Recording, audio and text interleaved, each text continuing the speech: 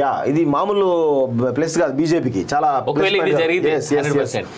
బీజేపీలోకి survey Satyanarayana cantonment ticket ఆశిస్తున్న కేంద్ర మాజీ మంత్రి సర్వే సత్యనారాయణ కాంగ్రెస్ నుంచి కమలం గుటికి వెళ్తున్నట్లు ప్రచారం జరుగుతున్నది. కంటోన్మెంట్ ఉప ఎన్నికల్లో బీజేపీ నుంచి పోటీ చేసేందుకు ప్రయత్నిస్తున్నట్టు తెలుస్తున్నది. గత కొన్ని రోజులుగా ఢిల్లీలోనే మకాం వేసిన ఆయన బీజేపీ అగ్రనేతలతో టచ్ లోకి వెళ్ళినట్లు సమాచారం. గత అసెంబ్లీ ఎన్నికల్లో బీజేపీ నుంచి పోటీ చేసి ఓడిన శ్రీ గణేష్ నారాయణన్ ఇటీవల కాంగ్రెస్ తీర్థం పుచ్చుకున్నారు.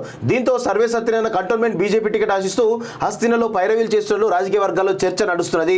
జీహెచ్ఎంసీ ఎన్నికలకు ముందు అప్పటి BJP state chief Bandi Sanjay Vivek survey ఇంటికి వెళ్లారు.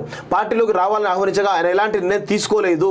ప్రాధాన్యత దక్కడం లేదని కంటోన్మెంట్ ఎమ్మెల్యేగా రెండు సార్లు ఎంపీగా గెలుపొందిన సర్వే సత్యనారాయణ కేంద్ర మంత్రిగా కూడా పనిచేశారు.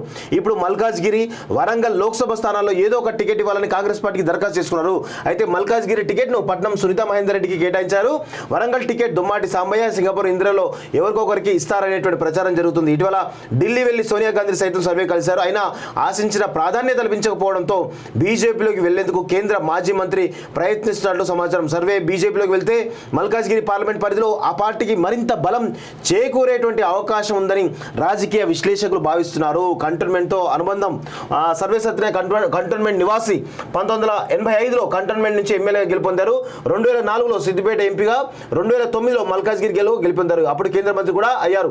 2018లో కంటోన్మెంట్ నుంచి కాంగ్రెస్ పార్టీ తరఫున పోటీ చేసి బీఆర్ఎస్ అభ్యర్థి సాయన్న చేతిలో ఓటమి పాలయ్యారు. గత అసెంబ్లీ ఎన్నికల్లో పోటీకి దూరంగా ఉన్నారు.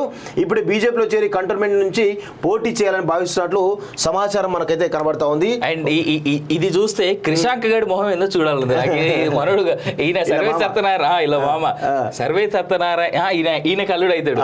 ఈయన గనక బీజేపీలో జాయిన్ అయితే నిన్నదాకా బీజేపీని తిట్టిన క్రిషాంక్ గాడి ముఖం ఏంది. అండ్ మోర్ ఓవర్ ఒక ఓయూ నుంచి ఉద్యమ నేతగా ఉండి కేసీఆర్ కేటీఆర్ చేతిలో బలైనటువంటి నాయకుడిగా ఎదగాల్సిన వాడిలో క్రిషాంత్ ఒకడు. మేము చాలా దగ్గరుండి చూసినాం మిత్రులారా ఈ విషయం. అయితే క్రిషాంక్ ఎంత మంచి వాగ్దాటి ఉన్నటువంటి వ్యక్తి అంటే మెచ్చుకోవాలి. మనం కొన్ని సందర్భాల్లో పాపం చూసి జాలి కూడా పడాలి అతన్ని. ఎంత మోసం చేసిరు ఆయన అయితే. అండ్ దీంట్లో ఇంకొక ఇంట్రెస్టింగ్ న్యూస్ ఏంటంటే రోజు మనం మాట్లాడుతున్నదే